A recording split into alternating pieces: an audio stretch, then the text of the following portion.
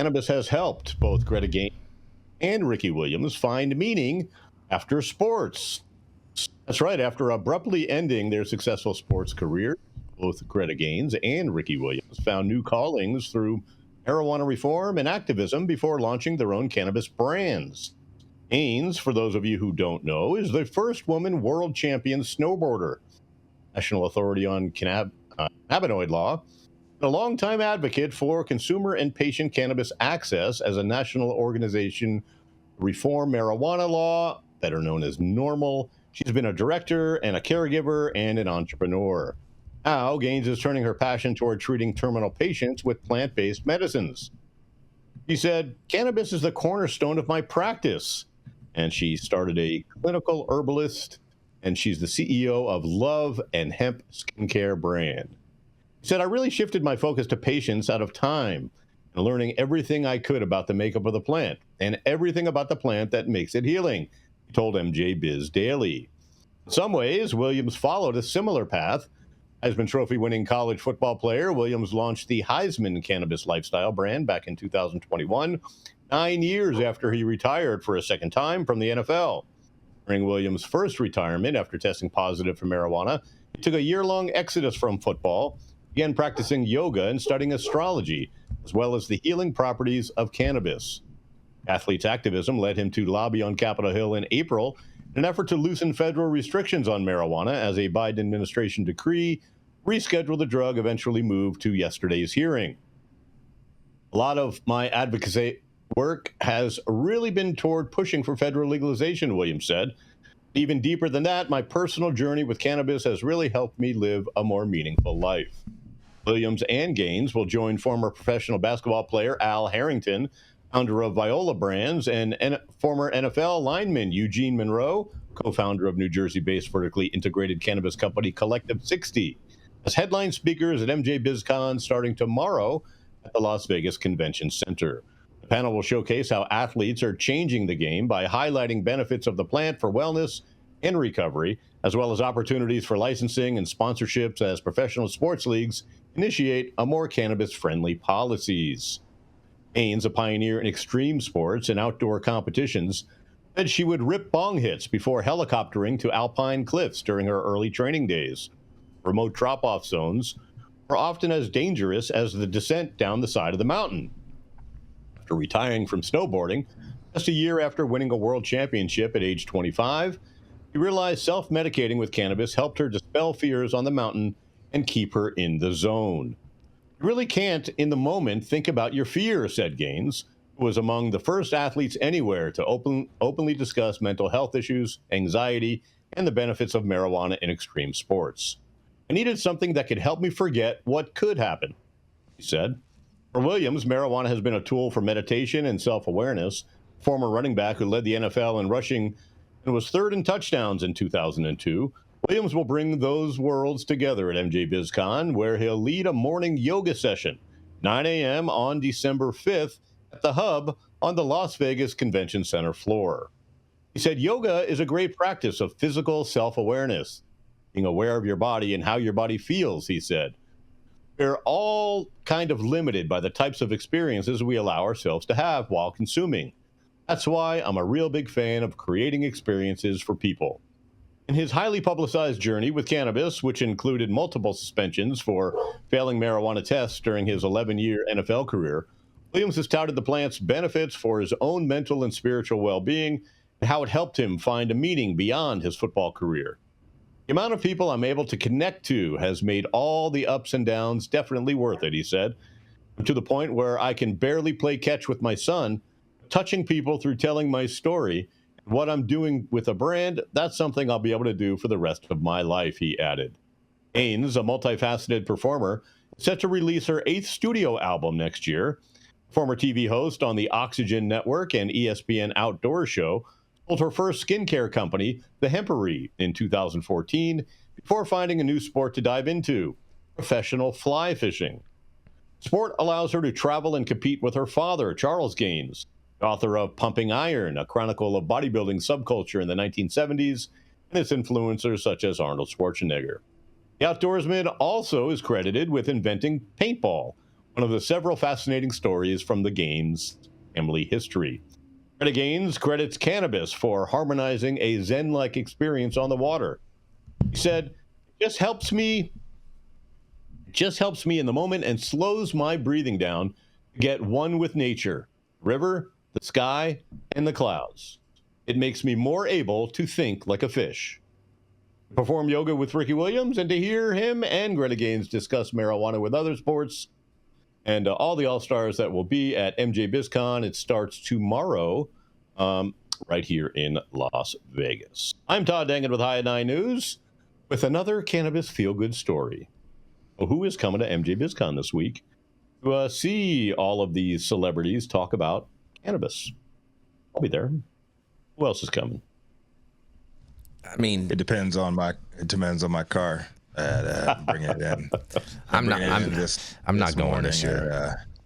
Unsavory light pop up on my dash. It's called the check engine light. Driving out. Yeah, I was going to be driving out this afternoon, but we shall see. Yeah, I'm not. I'm gonna be planted right here. Posted. I'm so mad, Jason. I'm not so mad at MJ BizCon. I'm not mad at MJ BizCon at all, to tell you the truth. Right. I just, in all reality, it's a big expense for not, I feel, as big of a return. It depends. If you're going out there, man, gotta have a razor sharp focus. Yeah. Get in and get the fuck out. Plus, too, I know myself in Vegas. And man, you in Vegas too. That's what I'm saying. That's what I'm saying. And I've been on like such a good health kick and whatnot. Like I'm just gonna totally fuck myself up. Have all kinds of bad habits occur while I would be there. And it's just Vegas has that way of doing that to people. Yeah, take you off track on that. It's for the people who are going out there, whether I'm out there or not. Big ups to Ricky Williams, like on all that he has done. Like Ricky did the work. Ricky did the groundwork. Ricky was in there, like back with a real. It's more, it's more than that. Here's my question, though. Hold on. Let me finish first. Yeah. He did the work. I remember with Real Wellness, he was actually doing PADs, and it actually helped him with some PADs, like back in the day, back in like 2017.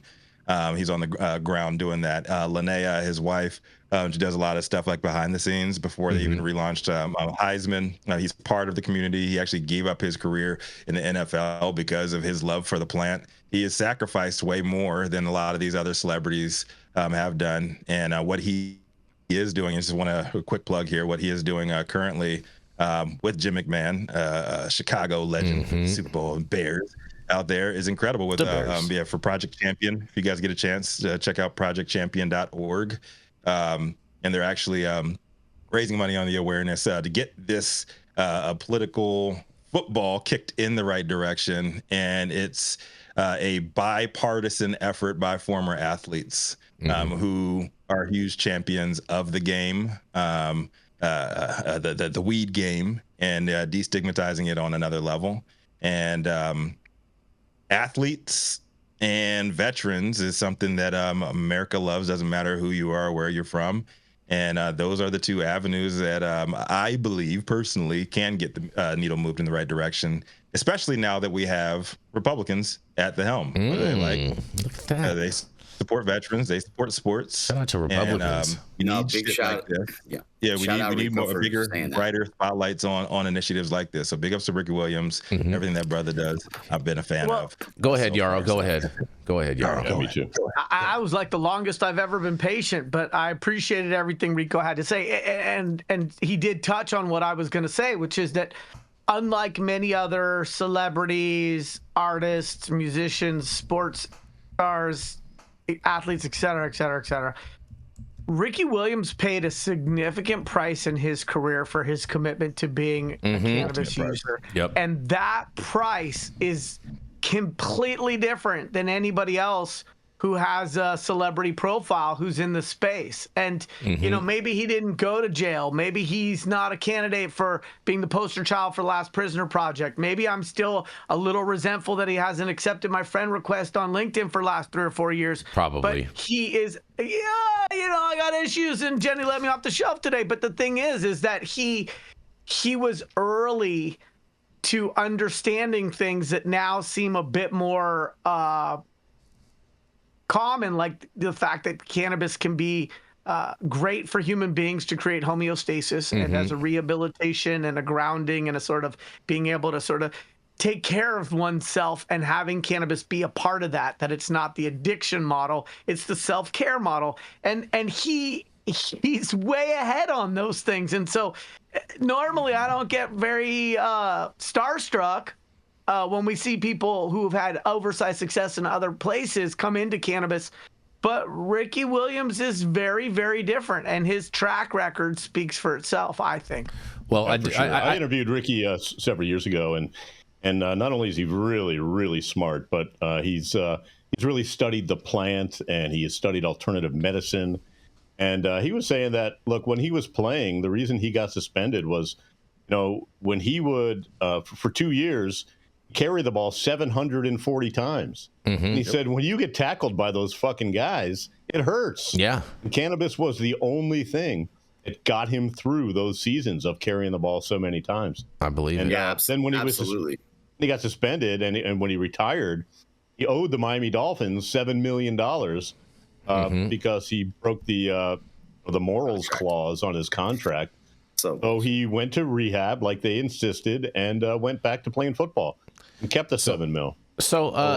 So here's my thing. Oh, go ahead, Saman. Go ahead.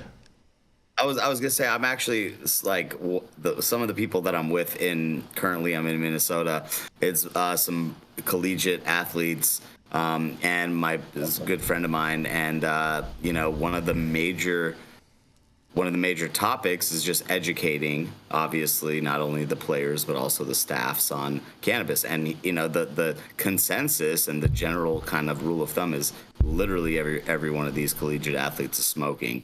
It's just that if you're not doing what you need to do as an athlete, you're not keeping up with your academics, or you're not going to practice, or you're not doing the mandatory the circuit lifting or whatever, they're gonna focus on you. And so it's an unsaid thing. It's kind of a sad situation because they need a little more direction. They need a little more support and education in that sense. And it's not that it's a very uncommon story. It's that it's more common. And the fact is that everyone has to be silent because they're at risk of, like Todd said and alluded to, is like breaking a contract. A contractual obligation they have that's going to cost them a lot of money. So it's it's a little ridiculous that we're here. But as we've seen, the NHL, the NBA has also kind of said we're not going to test for this anymore. So just go ahead, because it's not worth it to keep embattling these athletes over a plant. It's stupid. Let them go perform. Let them go be the best they can be. And if they're smoking a little weed, they're really not hurting anybody doing it. Well, especially if they're in a legal state, right? Well, they should be able to do whatever they want to do. They're just like regular citizens. I'm confused. I'm confused a little bit, Todd, because you said that Ricky Williams, he's going to be teaching yoga class at 9 a.m. And MJ Biz doesn't open until 10 a.m. So he's just going to be doing a class for just the people that are just working the booths. Hey, if you know Ricky, MJ Biz. that's not out of the realm. It's not out of the realm for Ricky. That's right. That's right. He'll walk around, shake everybody's hand, introduce himself. I understand that, but like we're saying, hey, if you're attending MJ Biz, you can go and check out Ricky Williams' yoga class, but like they're not going to be able to get in at 9 a.m. to even go and attend his yoga class. That's kind of messed up. That worked out logistically. I don't know. I don't think so. I don't think so. Maybe they have a special entrance for the yoga. Find a way. Find a way. Well, we're going to go to a commercial, and we're going to be right back.